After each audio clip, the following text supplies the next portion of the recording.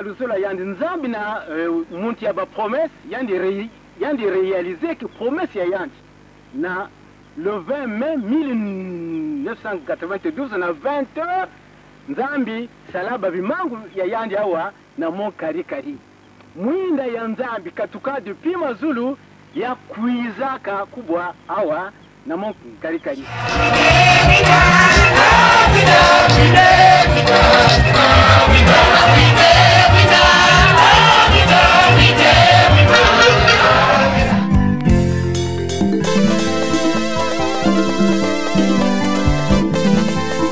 Papa Président, bonjour, que Dieu vous bénisse. Dieu vous bénisse, Madame la journaliste. Soyez bénie, toute l'équipe de journalistes qui vous accompagnent ce matin. Le mois de mai, un grand événement qui pointe à l'horizon, le 20 mai. Votre analyse de l'évolution de l'association Zolo OPH. Nous sommes rentrés pour le peuple de la deuxième nation, pour les frères et sœurs de l'association Zolo OPH de Guy-Émile Houphouët-Boigny. Nous sommes rentrés dans un mois très important.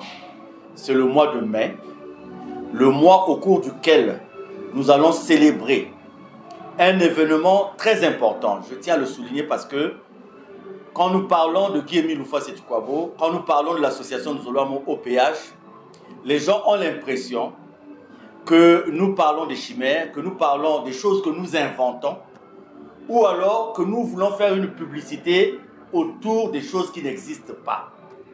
Et le mois de mai rappelle, fait revenir en nous un événement important qui a été scruté à un niveau très important de ce que scrute ce qui se passe non seulement sur notre planète, mais autour de notre planète. Un événement dont la dimension ne s'est pas arrêtée seulement au niveau du Congo-Brazzaville, mais dont la dimension s'est faite ressentir dans le monde entier. Il s'agit de la venue de la lumière au mont Kari Kari. Ici, j'ai ce document, j'ai ce témoignage éloquent, vibrant, précis, concret, documenté de la venue de cette lumière. Et nous avons les cartes de la NASA à l'époque qui démontrer la recherche d'un événement particulier qui devait avoir lieu au Congo-Brazzaville en général et précisément au mont Kari Kari. Donc nous allons célébrer la venue de la lumière de Dieu au mont Kari Kari à Kibosiga, du chemin de fer Congo-Océan, dans le département du Poul au Congo-Brazzaville. Donc je disais que, Madame la journaliste, pour comprendre la ferveur qui nous anime, pour comprendre la motivation qui nous anime, nous voulons revenir sur ce que nous avons dit plusieurs fois. Mais nous revenons parce que c'est la vérité. Nous revenons parce que c'est la réalité. En fait, nous voulons présenter aux yeux de tous un homme qui, bien que homme de la terre, n'est pas un homme de la terre. Aujourd'hui, dans l'histoire de la spiritualité africaine, nous avons des grandes personnalités qui font la fierté de la spiritualité africaine et dont l'aura s'est étendue dans le monde entier à partir des témoignages, à partir des preuves, à partir de leur vécu. Et je m'en vais citer, pour exemple, que Simon Kimbangu. Aujourd'hui, il est curieux qu'ayant découvert un homme, ayant trouvé en cet homme ce qui dépasse l'entendement humain, ce qui dépasse le commun des mortels, qu'aujourd'hui cet homme, ceux qu'il a sauvés, qui étaient au bord de la mort, qu'il a ramenés à la vie, ceux qui étaient vivants, mais qui étaient devenus comme des ombres ballottées à gauche et à droite, il a ramené ces personnes à une quiétude, à une sérénité et à une stabilité. Il est curieux de voir aujourd'hui qu'au lieu de vanter le caractère exceptionnel de cet homme, les mêmes, ceux-là qui étaient coincés, qui n'ont pas pu trouver de solution à gauche et à droite, qui n'ont pas pu trouver de solution dans des maisons mystiques, qui n'ont pas pu trouver de solution dans les lots, je pèse mes mots parce que cela n'est pas dit de moi, les témoignages existent, les témoignages parlent, que ces gens aujourd'hui semblent attribuer à la personne qui les a ramenés de la mort à la vie, une mort que eux ils souhaitent une mort qu'eux ils veulent, simplement par une question de haine, par une question de jalousie et par une question de non-maîtrise de la marche de la vie. Et donc, nous, à chaque 20 mai, à chaque mois de mai, nous nous levons pour dire que cet événement n'est pas un hasard, pour donner le cheminement de cet événement, pour donner aussi les retombées de cet événement. Madame la journaliste, souffrez que je revienne sur Guy Émile Houphouët-Boigny pour dire, c'est vrai, on va nous traiter de fanatiques, on va nous traiter, mais il y a des gens qui sont venus de l'Occident, il y a des gens qui sont venus de par-ci par-là, qui pour un rien ont été vantés, ont été chantés, ont été glorifiés, ont été loués.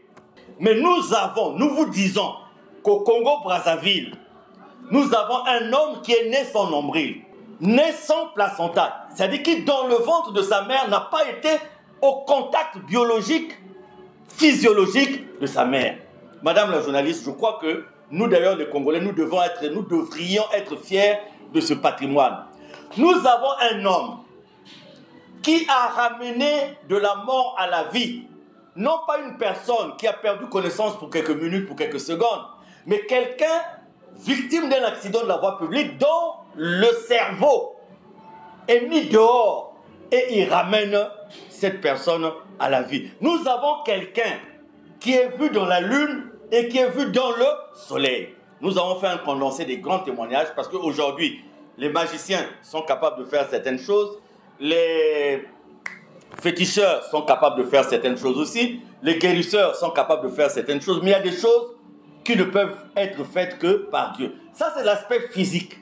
Si on rentre dans l'aspect spirituel, vous avez quelqu'un qui a énoncé ce qu'on appelle les vérités divines de l'heure. Et la réalisation de ces vérités divines de l'heure se concrétise aujourd'hui. Quand il parle du jardin d'Éden, qui est en Afrique, les arguments nous ont été produits aujourd'hui par des anthropologues, par des scientifiques, par des historiens sur la véracité de cette affirmation. Nous avons d'autres vérités divines de l'heure qui se confirment aujourd'hui, notamment la ficalité de Jésus.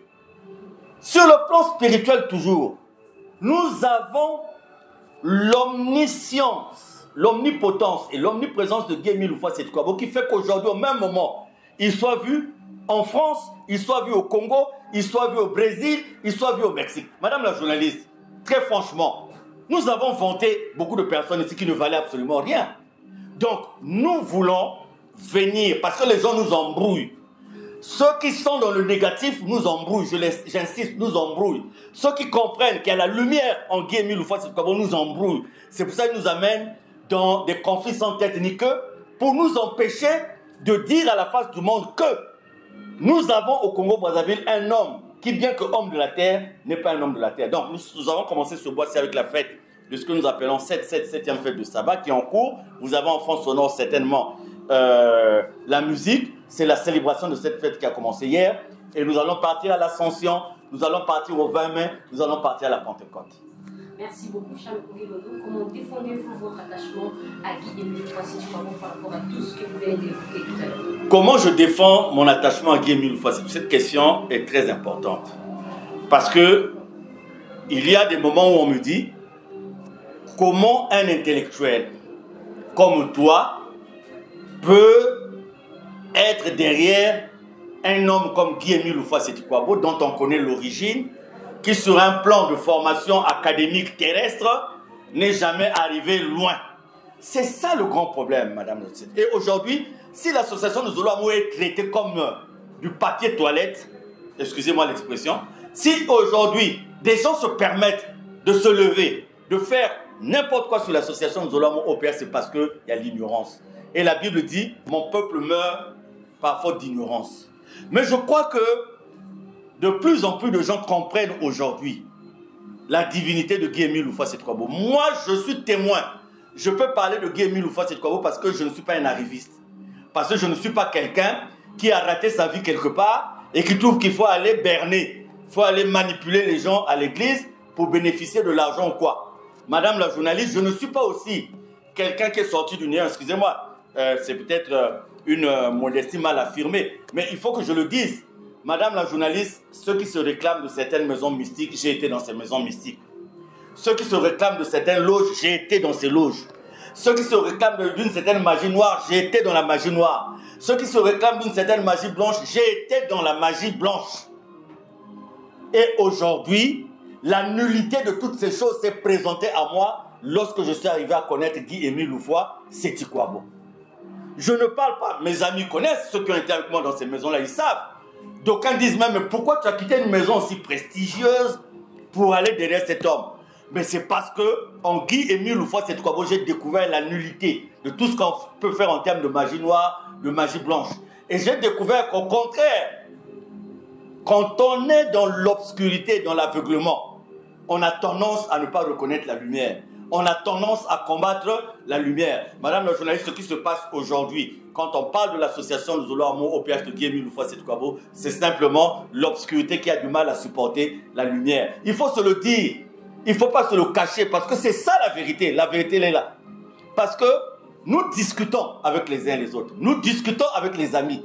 Ils nous disent, parce que peut-on reprocher à Guy-Émile Loufoy Séti Kouabo aujourd'hui? Sinon le fait d'avoir guéri les gens, le fait d'avoir amené la stabilité dans la vie des gens, le fait d'avoir fait que des gens qui ne pouvaient pas utiliser leur salaire à bon escient puissent désormais utiliser leur salaire à bon escient. De faire que des gens qui n'arrivaient pas à dormir dans leur propre maison, parce que harcelés au sein de leur famille, harcelés au sein de leur entourage, harcelés sur le lieu de travail, que ces gens-là ont retrouvé la quiétude, le bonheur de vivre, le bonheur de sourire. Que peut-on reprocher à Guy-Émile Loufoy Séti Kouabo aujourd'hui? Certains bandits sont même vantés. Mais Guy-Émile Loufoy Séti Kouabo aujourd'hui, rien que les témoignages qui attestent du fait qu'il a donné la paix dans la vie de beaucoup de personnes, pouvaient interpeller plus d'une personne. Nous ne demandons pas aux gens d'être dans l'association Zolo Amour au PH de Guy-Émile Loufoy Séti Kouabo. Nous n'obligeons pas les gens, mais laissez-nous témoigner ce que nous vivons. Nous témoignons ce que nous ressentons. Nous témoignons ce que nous vivons. Et nous partons, il y a une conférence débat le 17 mai 2025, il y aura une conférence débat. Et l'information, je vous donne l'information, elle sera donnée de façon officielle tout à l'heure, où nous allons parler de la doctrine, de la mission et de la personne de Guy-Émile Loufoy Séti Kouabo. Parce que nous trouvons que c'est être vraiment ingrat que de ne pas reconnaître les vertus de cet homme. C'est être ingrat que de ne pas dire merci à ce que nous sommes devenus grâce à Guy-Émile Loufoy Séti Kouabo. Donc mon attachement à Guy-Émile Loufoy Séti Kouabo tient du fait que j'étais perdu. Aujourd'hui, les gens pensent que la belle vie, le bonheur, c'est avoir de l'argent. Aujourd'hui, les gens pensent que le bonheur, c'est accumuler des biens. Les gens pensent que le bonheur, c'est avoir un rang social. Mais écoutez, moi, je connais des gens qui ont beaucoup d'argent, mais qui sont harcelés par la santé. Ils n'ont pas une bonne santé. Donc, tout l'argent qu'ils accumulent va dans la santé. Moi, je connais des gens aujourd'hui, pour maintenir un rang social, sont obligés de s'adonner à des pratiques qui sont très contraires même au bon sens. Mais nous avons, nous autres, nous sommes venus connaître une personne. Nous dormons sans pour autant être esclaves de telle pratique ou de telle autre pratique. Nous nous réveillons sans être esclaves, sans être sous la domination de X ou de Y. Nous n'avons pas donné notre vie par procuration à d'autres personnes comme cela se passe ailleurs, que vous êtes obligés pour vivre, soi-disant pour interpréter le fameux bonheur dont vous parlez, vous êtes obligés de donner votre vie par procuration à d'autres personnes. Nous avons quelqu'un qui nous a appris l'humilité, qui nous a appris la simplicité, qui nous a appris le véritable sens de la vie. Depuis l'Assemblée générale d'octobre 2024, vous vous êtes fixé pour objectif principal le développement de l'association Zolo Amour au PH. Où en êtes-vous exactement aujourd'hui? Voilà, donc c'est sur sa volonté de Guy-Émile Loufoy Séti Kouabo lui-même. Vous savez, il a dit, il est beaucoup revenu sur le fait qu'il fallait qu'on donne un sens à son association. Et nous avons tenu cette Assemblée générale et nous sommes en train de nous battre par sa grâce, de mettre au sein de son association tout ce que nous avons décidé parce que, nous le disons, si les gens nous ont malmenés jusqu'à présent, si les gens nous ont fait ce qu'on ne peut pas faire aux catholiques, ce qu'on ne peut pas faire aux protestants. Madame la journaliste, on nous a pris comme de la poubelle. Comme de la poubelle, des milliers de gens qui s'expriment. On nous a pris comme de la poubelle, on vous malmène ici, on vous tiraille par-ci, par-là. C'est parce que on trouve en nous peut-être, je ne sais pas, une mutuelle, je ne sais pas de quel genre. Donc, nous voulons à la face du monde entier mettre en place les outils d'une association qui se respecte, qui répond à la loi de 1901, parce que vous avez ce document-là qui a énoncé toutes les causes qui ont fait que notre association ne puisse pas évoluer jusqu'à présent, et nous avons les solutions qui s'y trouvent. Donc c'est vrai que c'est une bataille, parce que même dans notre sein, il y a des gens qui ne sont pas convaincus de cela, mais nous avançons, je peux vous dire que nous avançons. Perspective pour cette année 2027. Voilà, c'est ça, la mise en place, c'est ce que nous avons décidé, et je dis simplement ceci, ce qui est de Dieu est de Dieu. Et je tiens à dire à tout le monde que tous ceux qui se sont affrontés, tous ceux qui ont cherché l'affrontement avec Dieu, n'ont jamais réussi. Que ce soit depuis le temps de Jésus, et ça sera pareil maintenant. Tous ceux qui combattent Dieu, c'est en vain. Tous ceux qui combattent la vérité de Dieu, c'est en vain. Tous ceux qui combattent la lumière de Dieu, c'est en vain. Seul Dieu sera victorieux. Et nous, nous avons confiance en ce Dieu. Pour conclure, à l'endroit des frères et sœurs de l'association Amour Propre, j'en appelle, je viens donc faire un appel à tous nos amis qui ont été trompés, aveuglés par des gens qui ont voulu transformer notre association en un parti politique. Pour des gens qui n'ont pas pu supporter la lumière et qui se sont retirés quelque part, qui se sont entourés de l'argent, qui se sont entourés de leurs connaissances, qui se sont entourés de leurs parents, et ils ont pensé qu'ils pouvaient venir arrêter la vérité de Dieu. Ils ont pensé qu'ils pouvaient venir arrêter la lumière de Dieu. Je leur dis simplement que nous avons mis à votre disposition tous les éléments pour vous permettre de comprendre. Certains d'entre vous sont revenus, ils ont compris. Nous vous relançons le même appel. Nous vous disons, si vous aimez Papa Émile, ne restez plus avec les gens qui sont venus pour détruire, chercher à détruire son association, qui sont venus pour chercher à détruire sa mission. Revenons faire le travail de Guy Émile Oufouassétouabo, parce que les hommes de la terre qui vous soutiennent, ils ne seront pas éternels. Mais Dieu, il reste l'éternel. Et l'éternité n'appartenant qu'à Dieu, je vous conseille de revenir vers l'éternité.